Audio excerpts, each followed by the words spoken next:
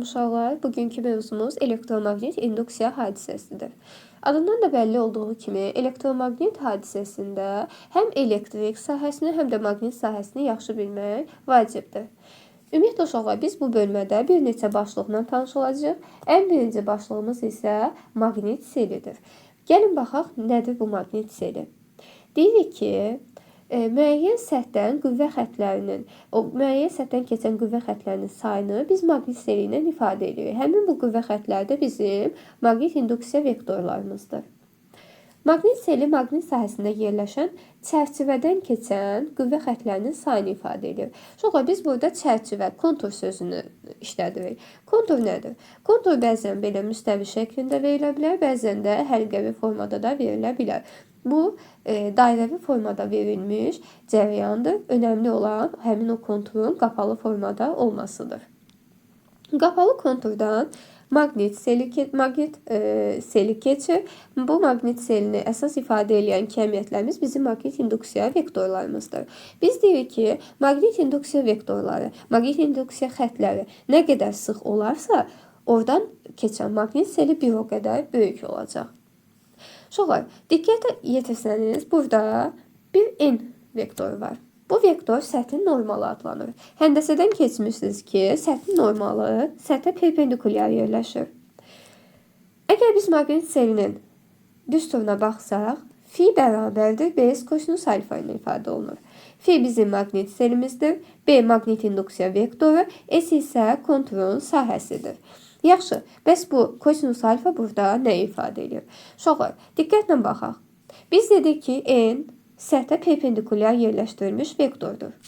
Lakin bizim düsturda ifadə elədiyimiz alfa maqnit induksiya vektoru ilə normal arasında qalan bucaqdır. Əgər bizə desək ki, maqnit induksiya vektoru səthlə 30 dərəcəli bucaq əmələ gətirir, B ilə səth 30 dərəcə bucaq əmələ gətirir. Bu zaman biz deyirik ki, bizim alfamız nəyə bərabərdir? Alfa bərabərdir 60 dərəcəyə. Çünki bizə önəmli olan, bax, buradakı bucaqdır. Əgər biz maqnit selinin vahidinə nəzər salsaq, maqnit selinin vahidi 1 Weberdir. Weber nədir? Weber Tesla vurulsun metrin kvadratıdır. Tesla burada maqnit induksiya vektorunun vahididir. Metr kvadratı isə konturun sahəsinin vahididir.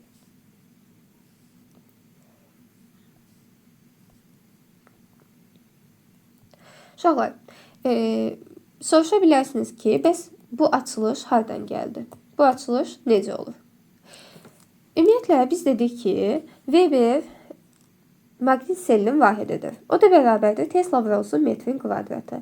Yaxşı, Tesla əgər B-nin vahididirsə, o zaman gəlin biz B-nin düsturuna baxaq. B bərabərdir F amper bölünsün I vurulsun L.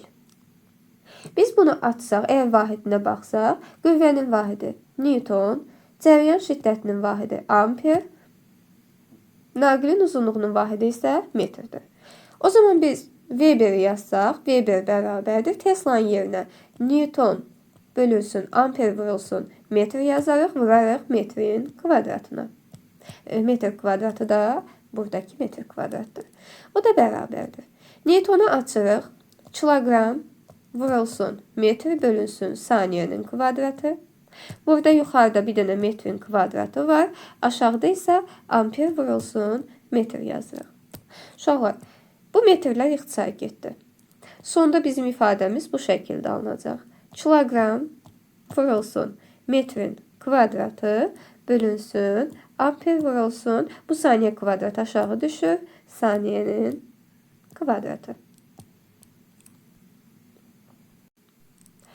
Bundan əlavə uşaqlar, biz riyaziyyatdan bilirik ki, kosinus alfa 0 dərəcə bucaq alanda, ümumiyyətlə 0 dərəcə qiyməti alanda, kosinus alfamız 0-da 1 qiyməti alır. Buna görə də bizim düsturumuz fi bərabərdir BS formasını alacaq. Kosinus alfanın yerinə 1 yazırıq, yəni bu bizim maksimal qiymətimizdir.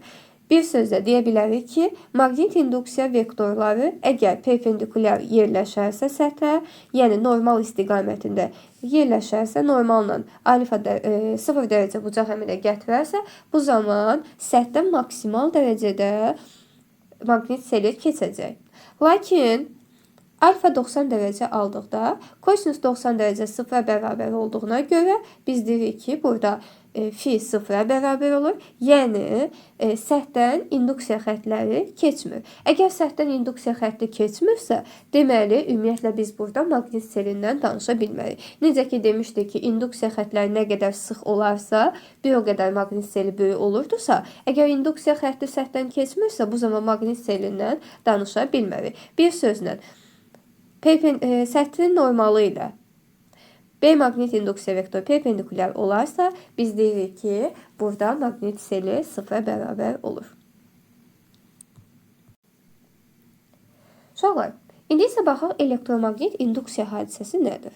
Uşaqlar, qapalı konturdan, əgər qapalı konturdan keçən maqnit seli dəyişərsə, zamana görə dəyişərsə, bu zaman cərəyan əmələ gələcək.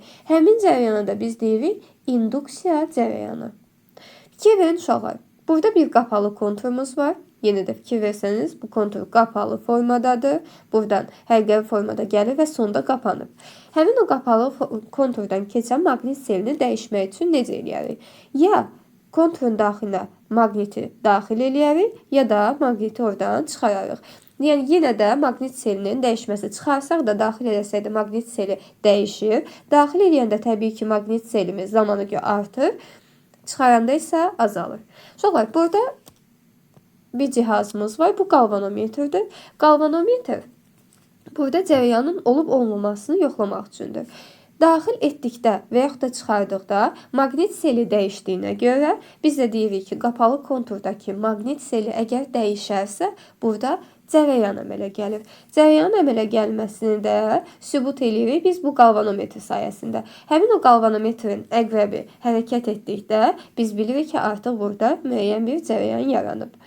Biz əgər maqniti sarğaca yaxınlaşdırsaq, bu zaman qalvanometrin istiqaməti göstərir ki, bir istiqamətdə artıq cərəyan keçir. Daxil etdikdə dediyimiz kimi delta fi bölünsün delta t, yəni maqnit selinin zamana görə dəyişməsi müsbət olur, sıfırdan böyük olur.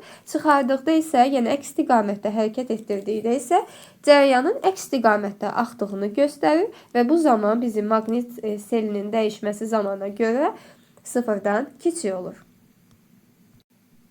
Uşaqlar, bir sözlə yekunlaşdırsaq deyə bilərik ki, qapalı konturdan keçən dəyişən maqnit sahəsi qapalı konturda cərəyan yaradır. Yəni, əsas şərtimiz maqnit sahəsinin dəyişməsidir. Maqnit seli əgər dəyişməsə, burada cərəyan yaranmayacaq. Yəni, fi konstant olduqda cərəyanımız nəyə bərabər olacaq? Sıfıra. Burada bir neçə şərtə baxırıq ki, maqniti sarğacın daxilində əgər sükunətdə saxlasaq, bu zaman induksiya cərəyanı yaranmayacaq. Səbəb nədir? Dəyişim yoxdur.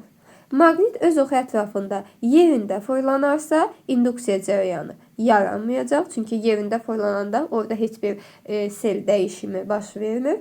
Və yaxud da sarğacı maqnit sahəsini sabit sürətlə hərəkət etdirdikdə isə yenə də induksiya cərəyanı yaranmayacaq. Çünki bu maqnit selinin dəyişim sürəti adlanır. Əgər o sabit sürətli olsa, yəni dəyişməsə, yenə də dediyimiz kimi cərəyanımız yaranmayacaq.